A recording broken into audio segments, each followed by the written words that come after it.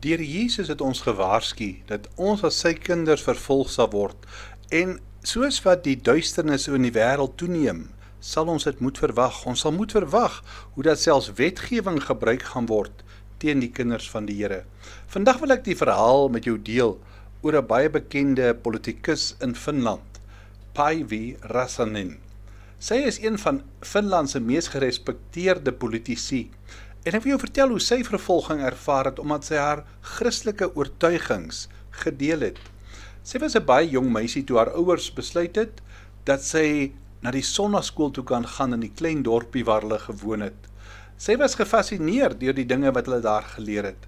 Sy sê dat sy nog steeds van die dinge kan onthou wat daardie onderwysers met haar oor die Here Jesus gedeel het en dat sy onthou hoe dat sy op 'n stadium gebid het dat Jesus haar sonde sou vergewe en dat hy die beheer in haar lewe sou oorneem. Sy het uiteindelik medisyne aan die Universiteit van Helsinki gaan studeer. Vir 5 jaar het sy 'n studentesendinggroep gelei in die weeklikse deur-tot-deur besoeke. In hierdie tyd het sy haar man, wat vandag 'n predikant is, ontmoet en hulle is getroud.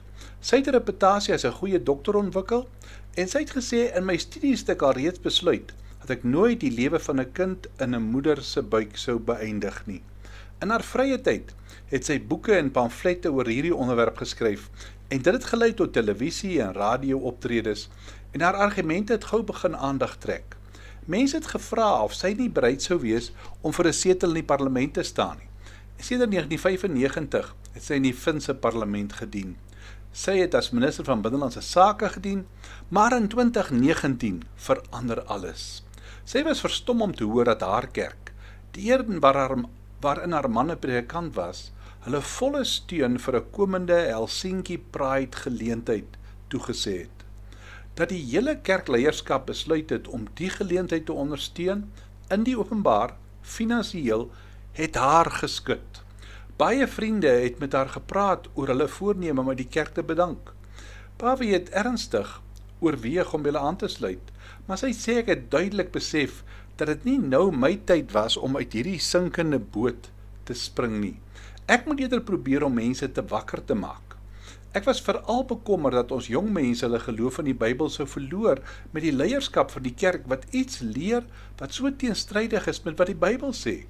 Sy het haar selfoon geneem, Romeine 1 vers 24 tot 27 se foto geneem, sy het haar ex wat voorheen Twitter was, sy rekening oopgemaak, die foto aangeheg, dit onder die aandag van die evangelies-Lutherse leierskap gebring.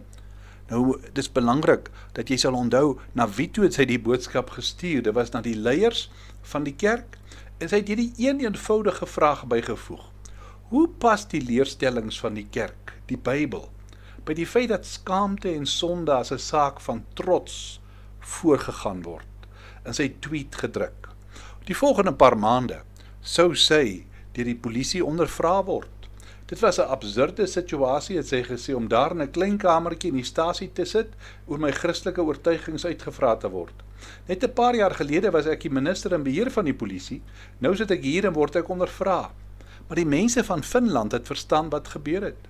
Een van die bekendste politieke figure in hulle land is by die polisiekwartier aangehou, omdat sy die skrif aan kerkleiers voorgehou het. Sy was formeel aangekla oor 3 aanklagte. En ek wil dit so graag hê dat jy dit net sal hoor. Eerstens was sy nie openbaar haar sienings oor die huwelik en menslike seksualiteit uitgespreek het in 'n pamflet wat in 2004 by haar kerk versprei was. 2, vir die kommentaar wat sy oor dieselfde onderwerp op 'n radioprogram in 2019 gemaak het, en 3, dat sy gewaag het om hierdie boodskap aan die leierskap van haar kerk te kan stuur, want die kerk het ontken dat daar enigstens vervolging in Finland kan wees. Nou, dis interessant dat uiteindelik het die streekhof en later die Hooggeregshof haar onskuldig bevind. Maar, dis nou al vir 6 jaar dat hierdie saak sloer. Päivi sê, dis merkwaardig, van die begin af het ek 'n diep wete gehad, dat ek in God se hande is, en dat hy hierdie situasie gaan gebruik. Ons leef in uitdagende tye, mag die Here vir ons help om aan hom getrou te wees, kom ons bid saam. Hemelse Vader, sal U ons beskerm, ook teen hierdie bose wêreld, help ons om ons lig duidelik laat skyn. Amen.